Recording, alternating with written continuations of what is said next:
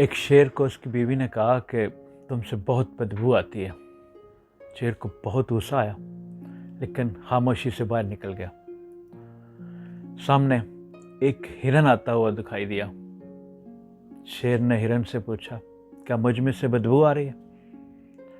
हिरन ने कहा, हाँ जी। शेर का गुस्सा और ज़्यादा हो गया और उसने हिरन पर हमला किया और उसे मार डाला। एक बंदर ये तमाशा देख रहा था। अब शेर बंदर के पास गया और उससे पूछा, क्या मुझ में से बदबू आ रही है? बंदर ने कहा, नहीं, बिल्कुल भी नहीं आ रही। शेर को इस पर भी बहुत गुस्सा आया कि इसने मेरे से झूठ क्यों बोला है। उसने उसे भी मार डाला। और लोमड़ी जंगल के बादशाह का रवैया और जंगल के कानून का बगौर मायना कर रही थी। अब की बार शेर लोमड़ी के पास गया और उससे पूछा, क्या मुझसे बदबू आ रही है?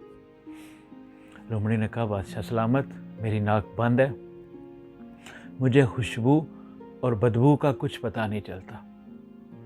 शेर ने उसे छोड़ दिया। जंगल के इस कानून में लोमड़ी की तरह का मक्कार और अय्यार ही चल सकता है।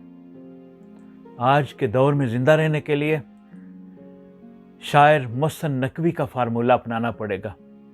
वो कहते हैं कि न समातों में तप्श घुले, न नजर को वक्फे अजाब कर, जो सुनाई दे उसे चुप सिखा, जो दिखाई दे उसे ख्वाब कर।